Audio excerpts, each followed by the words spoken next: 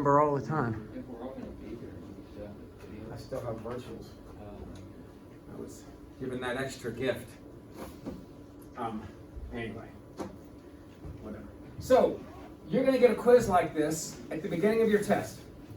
Like literally, I'm going to hand it to you, and that's going to be part one. And if you can't do the identities, now a lot of you are going to be able to do at least half of them. I've never had anybody who can do less than half, but if it's worth 18 points, let's just say, and you only do half of them, you're just lost a letter grade right off the top. And then if you don't know the identities, when it comes to what we're doing today, or the simplifying part, you're not going to recognize them enough to be able to trigger that response of, oh, look, that's a Pythagorean identity. Let me make a substitution. Or, oh my gosh, that's an alpha plus beta identity. But on the second part, I'm going to give them to you. Like you'll have them on the very back of the test. You'll have a sheet with the identities. It won't say which is which. It'll just have the identities written out. And you can use them. But historically, people that don't do well on these quizzes, it doesn't matter what I give them on the test, they're going to get beaten up. You're just going to have to know them. So if you can't when you print these, just fold the key over and take it. And if any part is wrong, you would have missed that. Like if you're like, oh, all I missed is a negative. You missed it. Oh, I forgot. You missed it. So like right here, sine of alpha minus beta.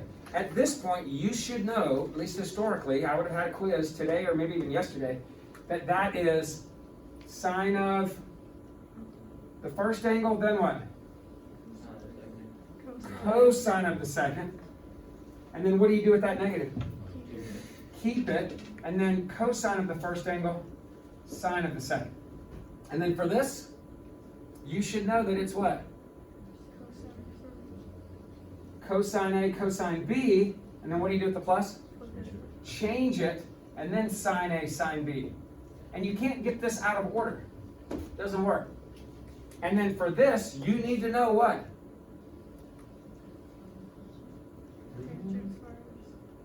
Tangent of the first. Keep that sine, tangent of the second. So it kind of looks like the distributive property, but it's not. You don't end there, do you? And then you divide it by 1, change the sign, and then just copy these two things again, but you're multiplying this time. You have to know this perfectly. You get the sign switched, you missed it. You get these inverted, you missed it. You put a plus there or a plus there, you missed it. You've got to know them perfectly to be able to get that identity part of the quiz right. And you got to know them quick enough that you don't drain all your time. These really, they need to be like that. And normally they are. Normally this is a gimme to you guys, but again, you know, it stinks that you guys didn't get the quality of education that you should have last spring, but that's the hand you're dealt. You got to learn you got to figure out how to deal with it. And these kind of things show up in calculus too. And if you don't know the problem, you missed everything. You're just dead in the water right there. And then moving on, these are actually worth a little bit less on this quiz, but secant of negative theta. What should you know about secant and cosine in this regard? You can just change it to a positive. Good. That's the even. That's because this is an even identity. What is 1 over cosecant? Sine. What is 1 minus cosine squared? Sine squared, because of the Pythagorean identity. Because sine squared plus cosine squared is 1. If I subtract the cosine squared to the other side, I'm left with the sine squared. What do you know about cosine of 90 minus theta or pi over 2 minus theta? Sine of theta. What do you know about tan squared plus 1? Like literally, this needs to be like back of your hand knowledge. Make some flashcards. Secant squared theta. What do you know about this?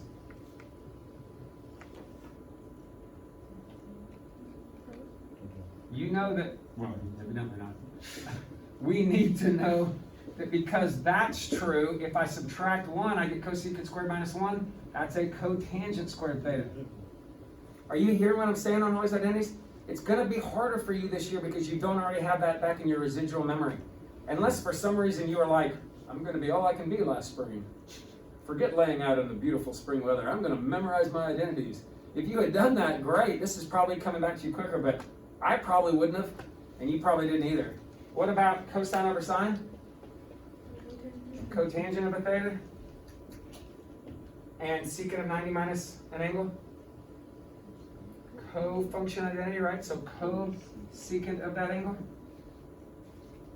So anyway, and then the last two, anything adjacent over hypotenuse? would be cosine of some angle, right? Some angle, and then tangent of negative theta.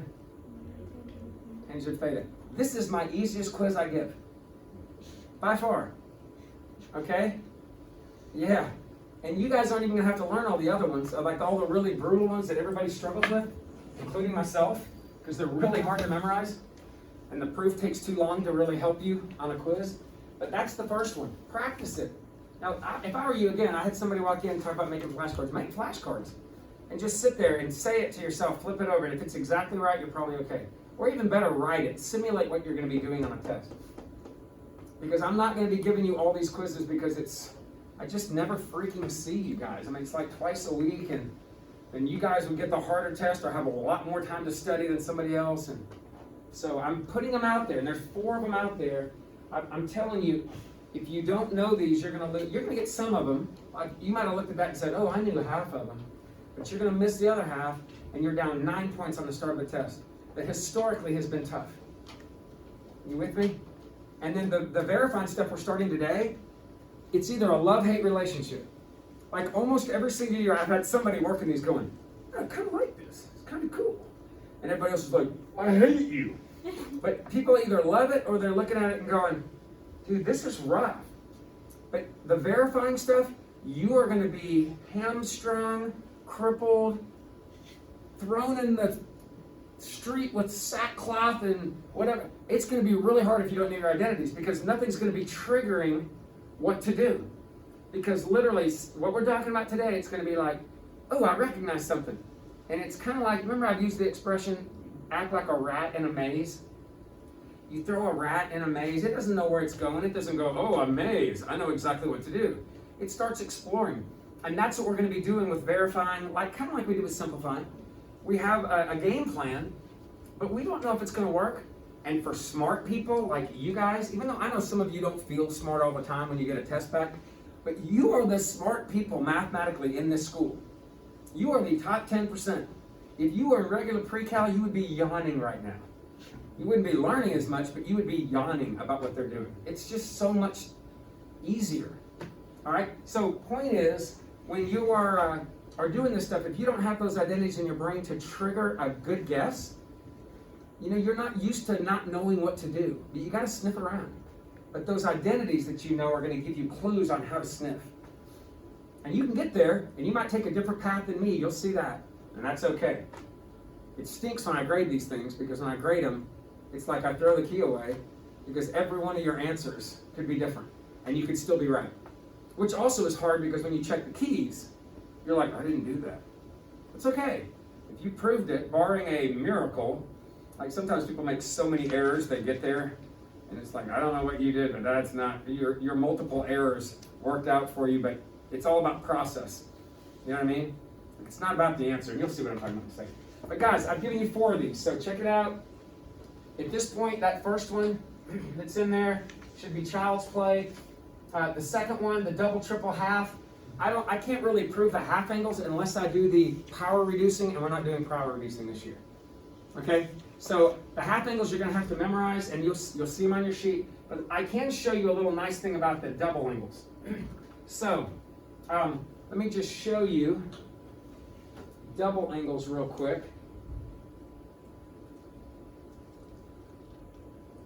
So, do you know that the sine of alpha plus beta is that? And that the cosine of alpha plus beta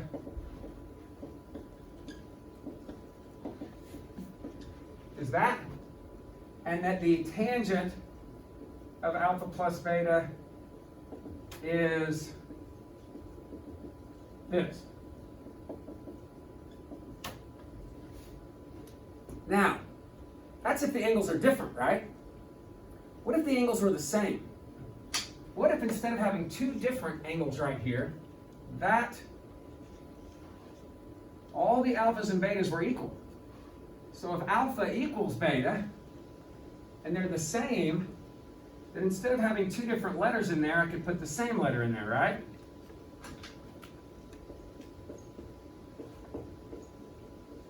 Y'all tracking with me?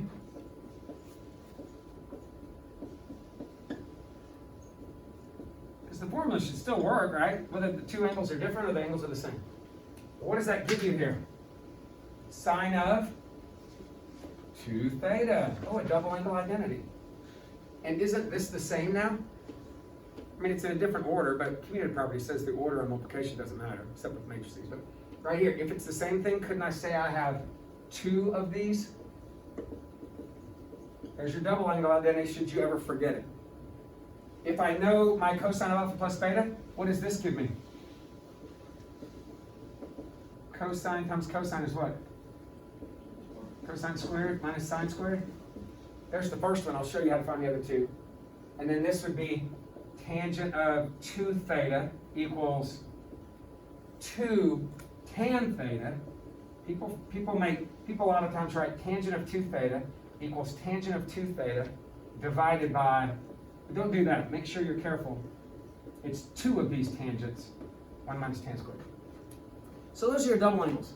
And again, the half angle identities, I know it's kind of like they seem like they come first, and then the power reducing, which again we're not going to do, seems like it's an extra thing that we do, but that power reducing is what you prove to be able to show the half angle. And I don't know if I said this in the video, but I did years ago. I used to do all the proofs, and my test scores were just abysmal. And then one year I was like, I'm not doing the proofs. I'm going to keep their brains clean, show them their formulas. They memorized formulas, did them. Grades jumped the letter grade across the board. I was like, really? That seems counterproductive. So I put a lot of the proofs in the book for you to look at if you want to see them. And if you're interested in that, I am. I always wanted to know why. But they're in there, or come ask me and I'll talk to you about it. But I'm not going to spend any more class time. And then if they're wondering why there's 3 here, why are there 3 double angle cosines? Just because somebody bothered to do a Pythagorean substitution. And you know Pythagorean, one of the Pythagorean identities is this, right? Is that? Well, what if I solved for sine squared and said sine squared was 1 minus cosine squared? Or what if I solved for cosine squared and said it was 1 minus sine squared? Then couldn't I take sine squared right here and replace it with 1 minus cosine squared? Well, if I do that, what do you end up with? Cosine squared minus 1 plus cosine squared. So cosine squared plus cosine squared is 2 cosine squared theta minus 1. Well, there's the second one. And if I replace cosine squared with 1 minus sine squared right there, I replace that with that and drop down the negative sine squared. That gives me 1 minus sine squared, which is 1 minus 2 sine squared. And that's why cosine of 2 theta has 3. And if you're like, well, couldn't you do that on all of these and just make tons of identities? Yes, you could. But for some reason, algebra, pre-cal, whatever, values these 3. And maybe there were more simple substitutions. Like if I wanted to, I could come up here and go, hey, if I solve for sine completely by square rooting, then sine would be 1 minus cosine squared. I could replace sine with 1 minus cosine squared. Guess what? You could. But that just doesn't seem to show up a lot. So they didn't bother. But you can keep making identities. There's zillions of them, an infinite number, by just doing more and more weird stuff. But to me, it's kind of like, you know how, I don't know what kind of tools you have or your dad has or your mom has, if she's a handy woman or whatever, but like I got a zillion tools. And it's really nice because when something breaks, I can fix it. I don't have to be like, man, if I only had, but there are zillions that I don't have. I have the tools I need to function, right? But if you're in higher order math, there are many more identities that you might know. Like if you take Cal 1, assuming I survived the year, if you were to take Cal 1 from me, or Cal AB from me, like you're not going to learn as much stuff as you would if you took Cal BC, because they're going to have to go deeper into calculus. They're going to learn extra models of integration and all kinds of different things. So you're going to know a little more because you're going deep. You have to know more tools. The tools we're going to have here are just basic pre-cal tools. I'm avoiding all the math team stuff today or this year, mainly so I can get done by Christmas. I have it planned out all the way to Christmas, and assuming I don't miss a day, which I guess I'm not, we're going to be fine. through Christmas. With no time to spare. All right, so let's take a look at verifying. Now, verifying identities means proving them. Now, technically, we have not proved any of the identities so far. I just proved the double angles, but I proved them based on the alpha plus betas. The alpha plus betas I proved last spring in one of the videos. It was something, whatever, and there's a lot of algebra involved, but I proved the alpha plus betas, but now that they're proven, you can use them. It's a proven identity. It's fact. So once I have the alpha plus betas, I just use those to do the double angles. I could also use the alpha plus betas to do the power reducing. I could use the power reducing to do the half angles. All those I can use. All right? Y'all with me so far? And yesterday, if you watched that video, we talked about the half angles, right? How to use those, and the double angles, how to use those. Today, I'm going to throw out basically identities that you will not recognize and are not worth memorizing, but I want to see if you can prove them. Can you show math that guarantees that these things are identical, that they actually mean the same thing? Are you with me on that? Now, you've seen identities before in math. Do you remember them? I'd give you something and I'd say, show that it's an identity. And what always ended up happening on this identity is you started simplifying the problem, and all of a sudden the left side and the right side were identical. Like maybe I gave you some really ugly equation and you did a bunch of simplifying on either side, and all of a sudden maybe you got down to something like this and you went, oh, the left and the right are equal. Well, if the left and the right are equal, at any point, wouldn't it make sense that any value of x would work here? All right? That's your goal on a verifying identity. The bad thing is, because you don't know that they're equal, you can't use the rules of algebra. And the rules of, did you hear that? Because you are not going to be sure at the beginning if they're equal or not, you cannot use the rules of algebra. Now, the rules of algebra say, hey, when you know something's equal, when you know that the left and the right side are equal, and that's already known, right? Or maybe if I say that they're equal and you're looking for a certain value, you are allowed to do what? Anything you do to one side, you can do to the other, with the exception of multiplying and dividing by 0, because that just makes it, I mean, anytime you multiply by 0, you get 0 equals 0. That's not going to help you, right? And you can't divide by 0 because it's undefined. Those are the rules of algebra. You can add something to both sides, you can multiply something to both sides, divide both sides. But what you can do, so you can't do that. But what you can do on a proof is play with one side until it equals the other side. Or play with this side until it equals this side. But you can't do it by using the rules of algebra. I can't go, well, if this was just twice as big, let me multiply both sides by 2. You can't do that. But you could multiply the top and the bottom by 2. That's okay, because you're multiplying by the number 1. Are y'all kind of seeing this? You have to almost pretend that it's not an equation. And you're going to manipulate one, and we're going to do a bunch of these, and you'll start seeing it. You're going to manipulate this until it matches that, or you're going to manipulate this until it matches this. Now, in a lot of pre-calc teachers, they say you got to pick one side, and you've got to make one side match the other. So most people pick the ugliest side, and they try to simplify it to the simplest side. But I'm going to let you use both. But it literally has to be like, all right, I'm going to play around with this one. If I'm not getting anywhere, go to the other side, play around with this one. If I'm not getting anywhere. So you, as long as they match at some point, as long as they match, then you're okay. But you have to show your steps. It's not about making a match. It's about showing the steps to seeing them match. Are you with me? It's like in geometry. When you were doing those horrible, annoying proofs in geometry, you might have liked them. I remember going, ugh, of course it's true. It seems so obvious. But I remember going, you got to show all these steps, alternate interior angles are congruent and blah, blah. You had to write all this junk out, but it was about the proof, right? You didn't just get to the end and went, true. That wasn't enough. You can't then a miracle, I have a little thing that says, then a miracle occurs. You can't do that. You got to show the steps, and once you show the steps, you'll be there. Now, if you get stuck at all, I have given you rules for verifying identities. And you'll see this somewhere in the neighborhood of 147, I think.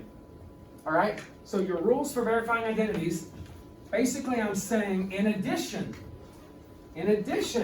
to using your rules for simplifying, which I gave you with Kevin Hart at the bottom, basically, what I just said, you can simplify one side at a time using your rules for simplifying a trig expression. Now remember, when you were simplifying a trig expression, you didn't have an equation. So you weren't doing stuff to both sides, were you? Just one side. So you can simplify using your other rules like, hey, try putting it in the numerator. Hey, change it to sines and cosines. Hey, maybe factor it. Maybe create a monomial denominator. All those things that we talked about. You can do that. And then you're going to look for opportunities to use our identifiers to simplify one in order to make it equal to the other. That's your goal. And that's all we're doing today, and probably doing a little bit on Monday too. Okay? Now, it says when we're verifying proving an identity, this is what I was saying earlier.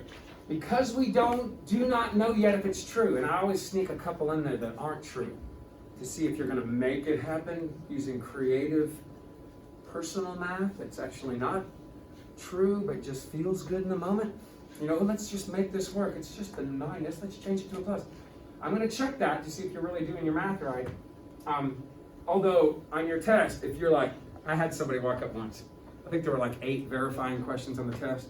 Dude walked up. He was like, bam! That's the key, Mr. Hurry. I was like, awesome. He goes, I caught all 6 of those that weren't identities. And I'm like, oh, Lord. And there was one. You know, so I might test you once just to keep you honest, but there won't be a bunch that aren't. Most of them will be identities. All right, but again, don't just stare at the problem. Do something. Try something, okay? Y'all with me? Be a rat in a maze. Okay, y'all ever seen this woman before? She can actually, have you seen her live? She can pop her eyes out. It's awesome. And what if you were a teacher and you could do that? You'd be like, you could just pop your eyes out of your head? The best. Maybe not the best. Okay, so let's just start and take a look.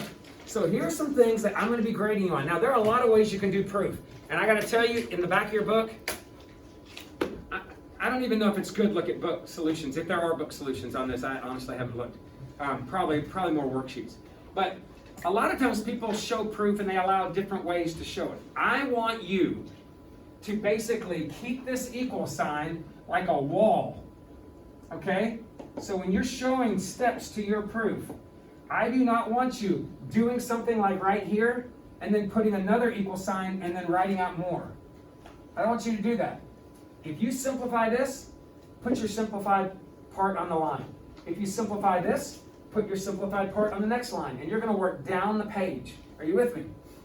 If you go right, extra right, or extra left with this, I don't care if the book says it or not. If you do that, you're going to lose points. Because to me, it's about form as much as it is process. Maybe not as much, but a lot of it's process. Are you with me? And I'll give you lots of space. And again, there's no right way to do it. So I want you to tell me, does anybody see something? The question is basically asking, is this a trig identity? Now, it's not.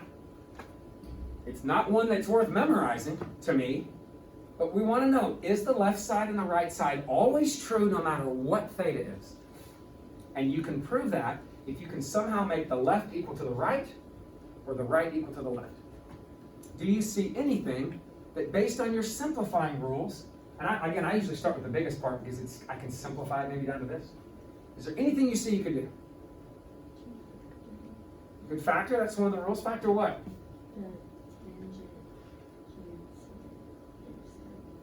So there's 3 tangents, or tangent cubed in both of these, and there's also a sine to the fourth in both of these. So if I factored out a tangent cubed and a sine to the fourth, what would that leave me here? A tangent squared plus a what? Plus a 1. And then, by the way, if you don't do anything to the right side, you will find soon enough that you get sick of writing it. Feel free to do it. But this step is important. Now, hopefully, right now, it's like, ching, ding, ding, ding. The red flag is going off, and you see an identity in here. What is it? The tan squared plus 1 is a what? Now, did you see that before you even did this step? You're a rat in a maze. You're sniffing around. You're doing one thing that triggers another response. And then I go, okay, well, if that's secant squared theta, I'm going to replace it with secant squared theta. I'm going to bring down the tangent cubed sine to the fourth equals Now again, my goal is to do what here? Make these two sides equal.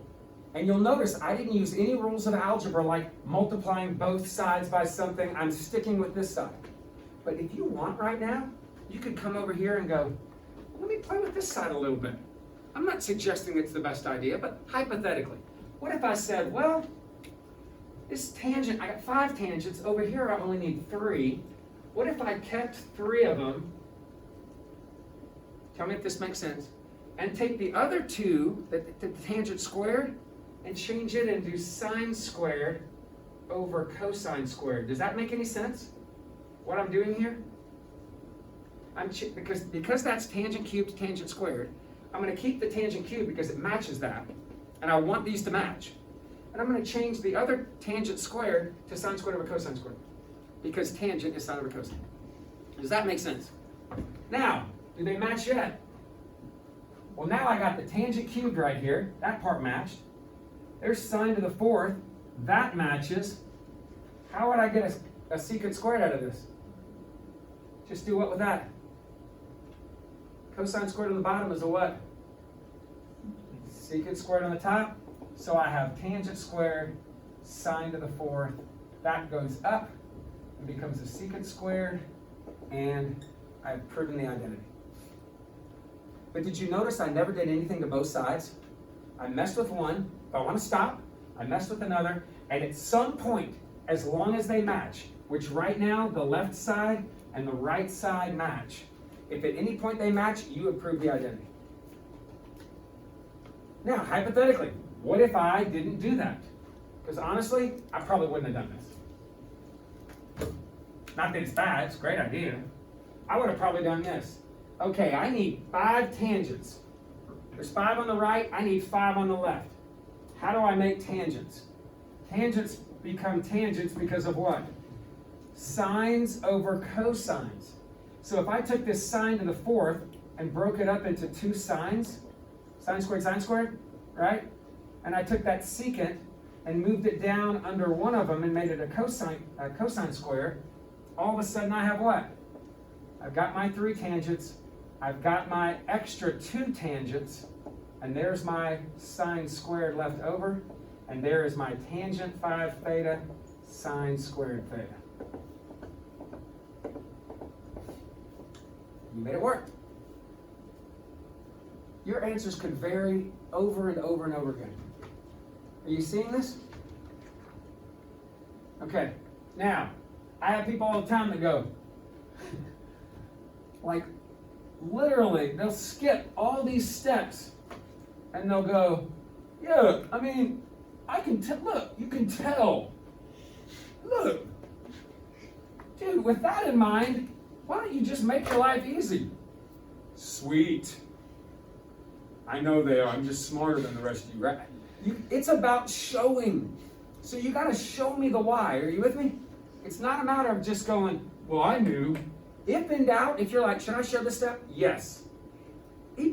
Yes. Show the step. A proof and a verification is all about showing your steps. Okay, what about this next one? Pretty easy on this one. What could you do right off the bat here? Secant negative becomes a what? Just a regular secant, and cosecant of a negative becomes a negative cosecant. And then what? Now don't look at this and go, oh yeah, that is a cotangent. Negative cotangent equals negative cotangent. I don't have an identity that says that's a negative cotangent, do I? So don't do the math in your head and say it. If it's not an identity, you can't use it. There's no identity on your sheet that says this is true, or even that says the positives are true. And by the way, can you multiply by a negative and make them both positive? You cannot use the rules of algebra to both sides. So leave the negative in there. Can you multiply through by a secant? No, you can't do that. Big wall right down the middle. But what can you do? Secant can go to the top. Cosecant can go to the bottom. That is an identity. Cosine of x, sine of x is cotangent of x. Are you seeing how I'm showing the steps and I'm leaving nothing to the imagination? That's the kind of thing I'm talking about. If in doubt, write it. I don't even want to leave it like this. If I stop right here, how do I know that you know that that's an identity? Literally, every year I have people miss that on their quiz. They write cosine over sine is tangent when I give them an identities quiz. So again, show me. If you don't have this and this matching at the end, you don't have to put the little check mark. But if these don't match at the end, you're not finished. That is showing the proof. Hey, try another one. What about this thing? Anybody have an idea? Multiply? Simplify? Try it? Okay. So I'm just going to simplify this. 1 minus cosine squared x.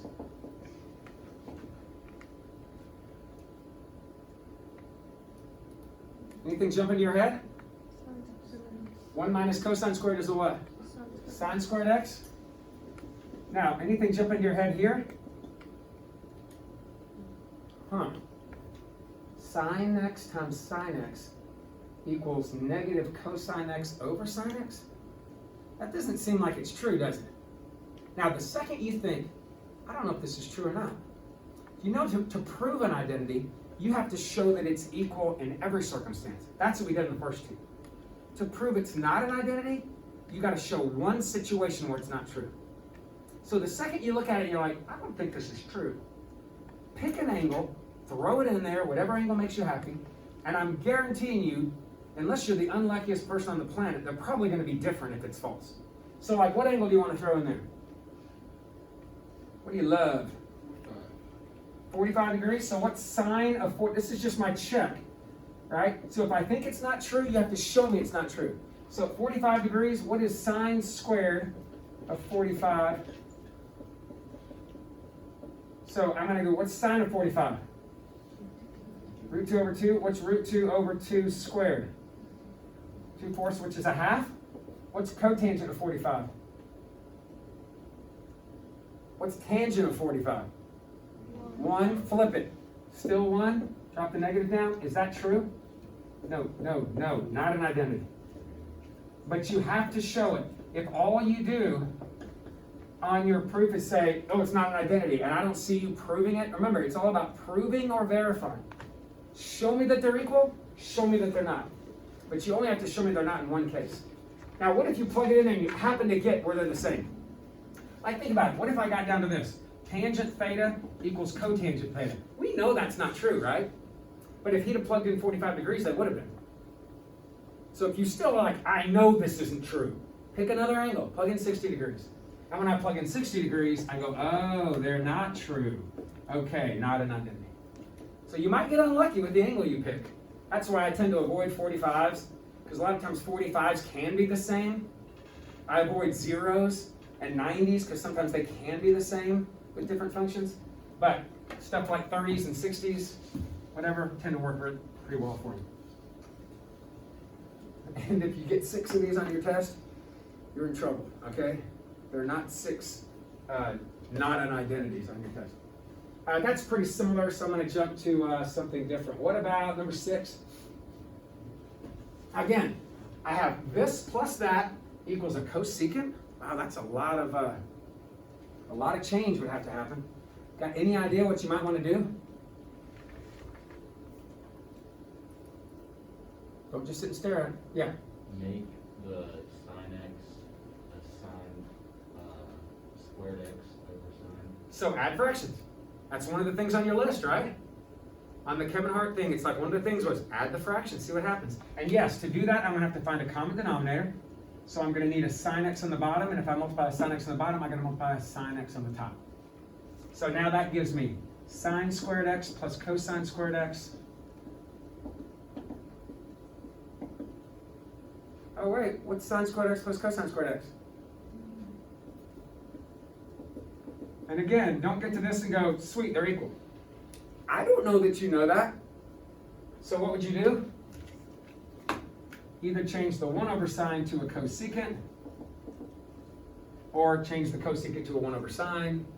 But at that point, you've proven the identity. But in a million years, guys, don't do this. I'm going to multiply both sides by sine. And if I multiply both sides by sine, I get sine squared plus cosine squared equals 1, because those are reciprocals. 1 equals 1. If you do that, you just broke the rules of algebra. You can't do something to one side and to the other. You have to work with just one. Are y'all with me on that?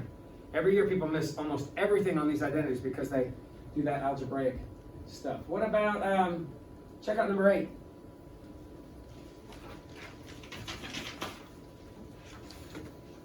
Any ideas?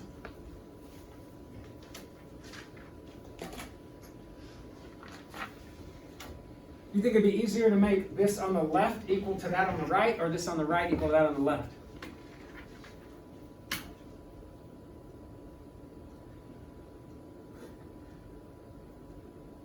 Anybody? Change the one on the left. You want to change one on the left? All right, what would you do?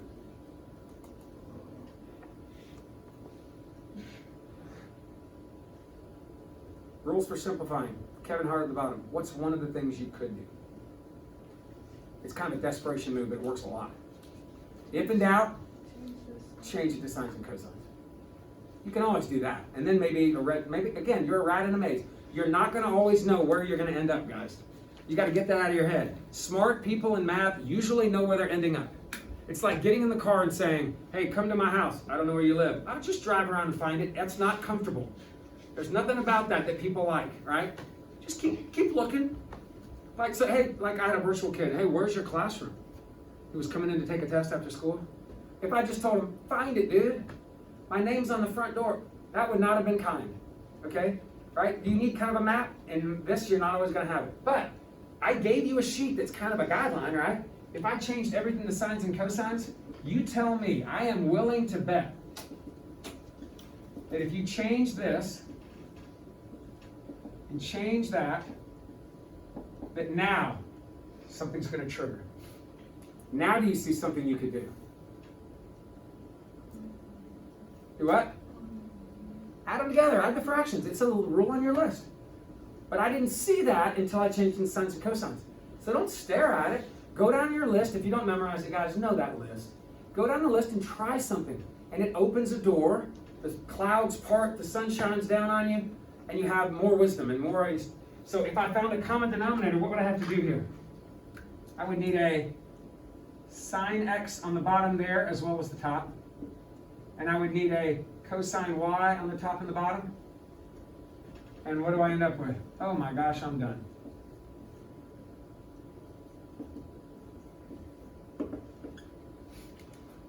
So it ended up being a pretty simple one. Want to see another way you could do it? I don't know if anybody saw this. Do you remember this? If a plus b over c is true, then a over c plus b over c is also true. We know that, right? All right? Couldn't I say sine x over that plus cosine x over that? If I did that, what would that give me? What's sine x over that? 1 over cosine y? What's cosine y over that? 1 over sine x? What's 1 over cosine y? Secant y? Cosecant x? There's lots of different ways to do these. What about number 9? Does anything jump out at you? Something should if you knew your identities. Cotangent of 90 minus y is the same thing as tangent of y. So I'm going to replace this with a tangent of y, but it's squared, so I bring down the square.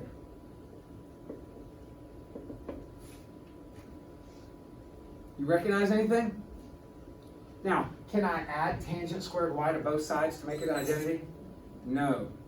But if tangent squared y plus 1 is secant squared y, then if I subtracted the tangent squared y from both sides, wouldn't this be true?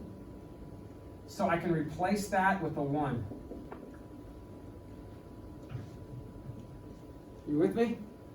And you don't even have to write this. I mean, you could, but I would accept, oh, you recognize that's 1, so you're okay.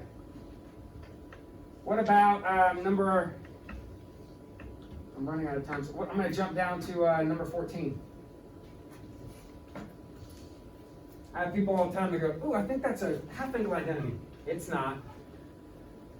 It's actually a half-angle cotangent, I think. But is there anything you could do to this based on your rules? I don't know if it's true or not. You have a rule? You remember the one, create a monomial denominator? What if I created a monomial denominator, and how did you do that? Multiplying by a conjugate? And do you remember my hint, what I told you? Don't multiply the top out, just leave it because magic is about to happen. What do I get on the bottom when I do this? 1 minus sine squared. Oh my gosh, what's 1 minus sine squared? Cosine squared, so I'm going to replace that with a cosine squared. Oh my gosh, now what happens? One of the cosines cancels, and I'm left with 1 plus sine beta over cosine beta. Done. Are y'all seeing these? Now guys, I'm telling you, you will not get anywhere except through practice. Practice makes better. Maybe not perfect, but definitely better. And we're going to do these today. You're going to enjoy these tonight. You're going to omit 8 and 22 like it says. And then we're going to come in here on Monday and do some comprehensive level ones, which showed up on old comprehensive tests. We're going to see what you can do with that. Y'all have a good weekend.